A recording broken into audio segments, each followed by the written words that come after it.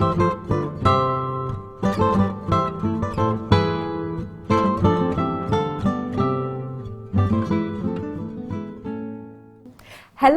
Claire, Owen. And Owen, thank you so much for having us back at Hever Castle today. You are most welcome. We're in a space that hasn't really been seen on camera before. We're in Lord Astor's study, so I hope you enjoy being in here.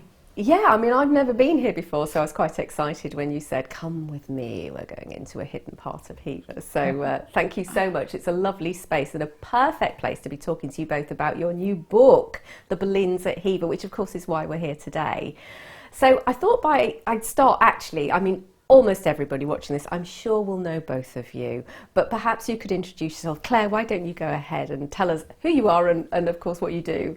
Yeah, I'm Claire Ridgway. I'm an author, blogger, YouTuber with a specialism in Tudor history, and of course my real specialism is the Boleyns, Anne Boleyn and her family. So I've been doing it since 2009, so a long time.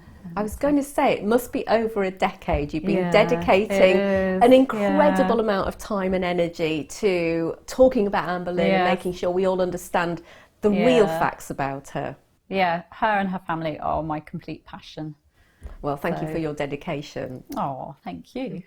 And Owen, tell us about yourself and what you do here at Hever. Sure, I'm a social and cultural historian and I'm employed as the castle historian and assistant curator here. And it's an absolute dream job. I've been here, I'm in my 5th year now, and I also specialise in Anne Boleyn and her family's history, so it's a wonderful place to be. Oh, I think we're all green with envy when you talk about that, for sure, aren't we? Total dream job, so cushy. Yeah, how did you get that one out? Anyway, look, we are here to talk about your book, which I've had a preview of, and I think it's glorious, and people are going to love it. It's very much like a coffee table book, isn't it? Yes. So we'll talk a little bit more about that. But what I wanted to ask first: Did Anne marry for love? So we might vary on this slightly. I just don't know. I think you. What do you think I'm going to say? I think you think that there was like a reciprocal love affair, but I don't think you think it came about organically. I think you think it sort of developed. I do go with. I don't go as far as Karen Lindsay in her book. She talks about Thomas Wyatt's poetry, Whoso lists to hunt, and we have that. It's such a dramatic poem. There are 2 hunters and there's the hind, and Wyatt is one of the hunters, and he withdraws from the hunt because the other hunter wants the hind and gets the hind and puts a diamond collar around her, and it Caesar's I am. I do feel Karen Lindsay uses that as evidence that it almost is sexual harassment. Anne doesn't have power. She's only a woman in a time where women do not have that power, and that Henry VIII hunts her down and has to have her, and she has absolutely no choice because he holds her family's career, in his hands. I wouldn't go as far as that. I think he wore her down. Those constant love letters, the gifts. I mean, he sends her a deer.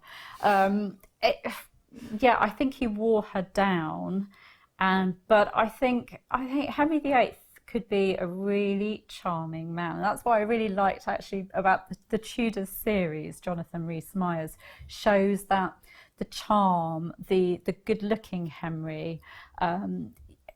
People wanted to do anything for him because he's that kind of man that you can get behind, but he's also arrogant, and he was a man that you could fall in love with. Charismatic beyond even belief. Knowing that he had that brutal side, he was a man that you could fall in love with, and I think there was love there eventually, but I don't think it started started out that way. And I certainly don't see Anne as someone that was kind of plotting all From along day one. to have the king. No. So come on then, Owen, lay your cards on the Go table. on, yeah. So I completely agree with the chronology. I don't. My overriding issue is I just don't think we've got enough of Anne in her own words to really be able to discern where her intentions, lay, as it were. We can almost read backwards some of her letters through Henry's responses, or responses to them, or grievances that they haven't been composed. She on a number of occasions doesn't respond to his letters, which you can read a number of ways. Is Anne trying to make Henry's heart grow fonder by her absence, or is she genuinely not interested? We do have references. She makes explicit references to her love of him, particularly at the end of her life. But I would like to have more of that, to make sure. And I see a woman that knew she was in a situation that she had no control over, and therefore she decided to get as much control as she possibly could. And by holding back, by not giving the king what she wanted, she was able to maintain some control and enact some of her agency. And I see an incredibly bold woman who, lays down the terms and conditions of that relationship. So I'm not sure where love necessarily fits in, and I'm not sure if that mattered to the situation that she was in. I think Henry was going to have her regardless, but I think she was incredibly canny. There are the sort of notes in the Book of Hours that Henry and Anne pass between each other. That definitely speaks of love. But something else occurs to me when I'm reading those inscriptions, is that how much more eloquent and clever Anne's inscriptions are. And I'm wondering actually if she could ever have loved someone who was quite as inferior as he was to her intellect. I look at them and I see a dazzling spectacle in Anne, and I think Henry does pale something in comparison in terms of intellectual prowess. Yes. Great answers, I have to say. Gosh, So you say Henry was a bit dim, really? Well, not dim, but just a bit unimaginative. Yes.